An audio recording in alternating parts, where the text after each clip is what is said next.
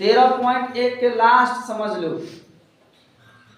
इसके बाद हम लोग 13.2 पढ़ेंगे, क्षेत्रमिति लमसम। हमको लगता है क्षेत्रमिति आसान है, थोड़ा रिवाइज करते चलो, पढ़ते चलो, रिवाइज करते चलो, पढ़ते चलो, रिवाइज करते चलो, क्योंकि मैथ जो है प्रैक्टिस की चीज है।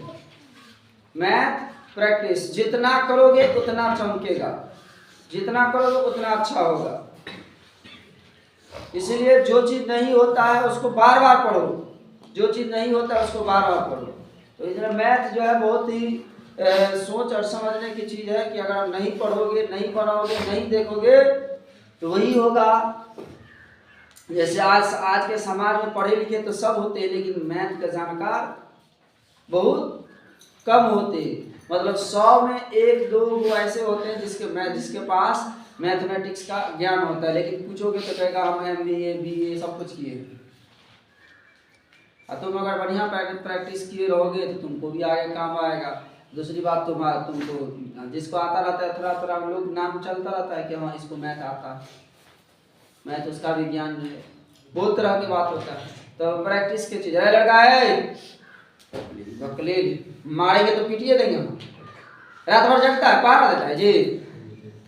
प्रैक्टिस करते रहो, कहावत है practice max man the perfect. किसी चीज को जितना भी कितना भी किया करो वो तुमको इतना ही अच्छा होगा और अच्छा होता रहेगा।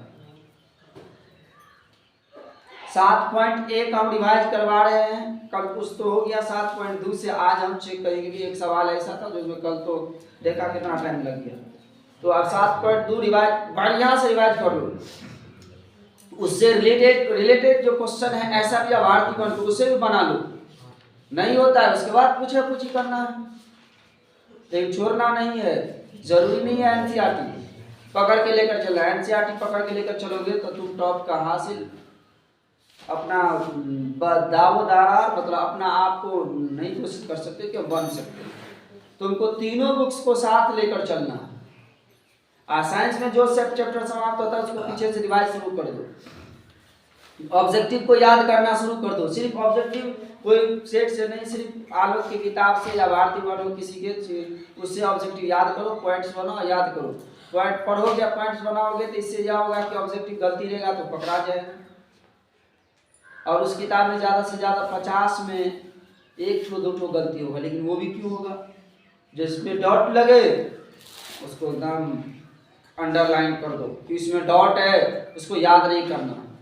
क्योंकि एक गलती हमें कितना नुकसान पहुंचा सकता है वो समझ लो। कि जो इंसान एक इलेक्शन में खड़ा होता है, एक वोट से हार जाता है, उसे याद होता होगा कि काश एक वोट हमको पहले पता होता कि हम एक वोट से हार जाएंगे तो शायद हम एक वोट खरीदने के लिए लाखों रुपया खर्च कर देता कि नहीं। किसी प्रतिनिधि को पता रहता कि चलो तुम जो है हारने वाला है, तुम्हें एक वोट की जरूरत है, अब वोटिंग हो रहा है, तो हमें लगता है वो कहता कि एक वोट, चलो कोई दिक्कत नहीं है। कोई एक तो आदमी रहता बाकी वोट देने के लिए, एक वोट देता, वो कहता तुम कितना पैसा लोगे? 1 लाख, 2 लाख, 3 लाख। अभी कौन का नगर चुनाव हुआ, कहाँ का नगर चुनाव? कर्नाटका का कहीं का नगर चुनाव हुआ, उसमें लगता है बीजेपी हार गया, कांग्रेस का जीत हुआ। नगर चुनाव यूपी में भी होने वाला है नगर चुनाव, तो इसमें तुमको देखो नगर चुनाव क्या नाम है, कर्नाटक में चुनाव होने वाला मुख्यमंत्री का, तो उसमें देखो। इसीलिए जो है सबसे पहली बात है उस तरह से देखा करो। अब हम लोग क्वेश्चन की तरफ चलेंगे। देखो कहता है लकड़ी, लड़की हमारा पढ़ाया जाता था कभी कभी, लकड़ी को लड़की, लड़की और लकड़ी में कते फर्क कहे रह के फर्क है, लेकिन ऊपर आगू पीछा का फर्क है। लकड़ी क बीच में, लड़की र बीच में आ कियो भ जाय छै बताओ। इसीलिए थोड़ा लकड़ी के एक ठोस बेलन के प्रत्येक सिरे पर क्या बेलन के प्रत्येक सिरे पर एक अर्धगोला क्या होता है, खोद कर, अर्धगोला, अध्यारोपित नहीं, ढका नहीं, मतलब खोद कर, खोदा गया है, खोद कर निकालते हुए एक वस्तु बनाई गई है। खोद कर निकालते हुए क्या बनाई गई है, एक वस्तु बनाई गई है। जैसा कि आकृति 13.11 में दर्शाया गया है, यदि बेलन की ऊंचाई 10 सेमी है और आधार की त्रिज्या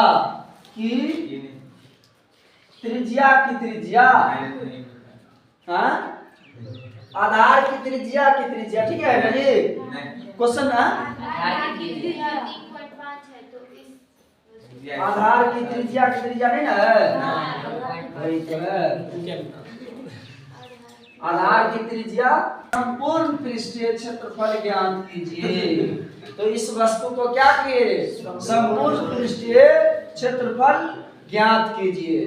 ध्यान रहे, देखो ध्यान से, पहले हम लोग एक बेलन बनाते हैं और उसमें से खोदते हैं, हाँ, तो सारा चीज कर दिए। अब इसको हम लोग जो चीज दिया हुआ है हल में नहीं छल करना। इसमें देखो सारा चीज कर दिए कि नहीं, इसमें कोई दिक्कत है कहीं किसी को? नहीं सर, कोई दिक्कत नहीं है। हमें तो लगता है कि ऑल इज वेल है, अब इस सवाल में सिर्फ खेल है। देखो बाकी बात सब फेल है। देखो इसमें बेलन की त्रिज्या लिखेंगे, बेलन बेलन की त्रिज्या बराबर अर्धगोले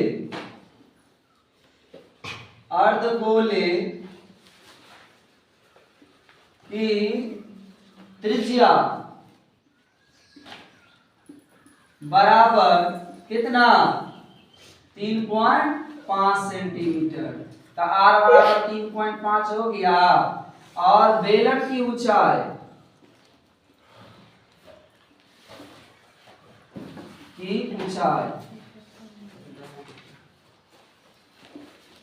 h बराबर कितने, 10 सेंटीमीटर।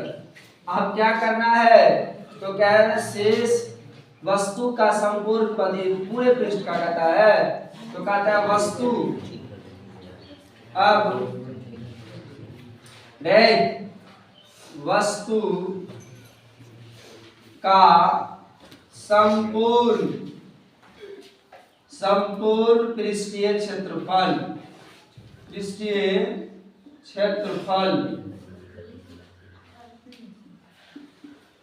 क्या होगा, बेलन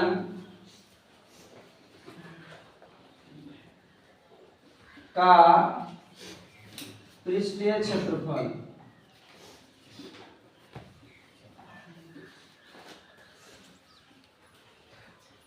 प्लस 2 अर्धगोले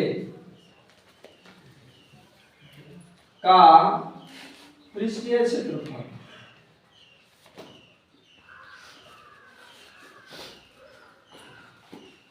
इतना लिखने में कोई हर्ज है? कुछ नहीं। अब बताओ, बेलन का पृष्ठीय क्षेत्रफल 2πr/h, इसका 2 गुने 2πr² होता है ना। अब देखो 2πr/h प्लस 4πr², कॉमन क्या है, 2πr, तो क्या बचेगा h, यहाँ पे 2r, क्या बच जाएगा 2r। अब देखो 10 प्लस 2 गुने 3.5 अब बताओ 7 पंचे 35, 0.5। अब 5 दूना 10, 10 हो गया पॉइंट इतना। इसको जोड़ दो, 10 प्लस 35 दूना 70, पॉइंट 7 हट गया। तो अब इसको गुना कर देंगे तो कितना हो जाएगा, 2 22 गुने 10 आ 7 17। अब 17 दूना 34 के 4 आ 17 दूना 34 आ 3 34 3 37। कितना निकल गया आंसर? है इतना आंसर?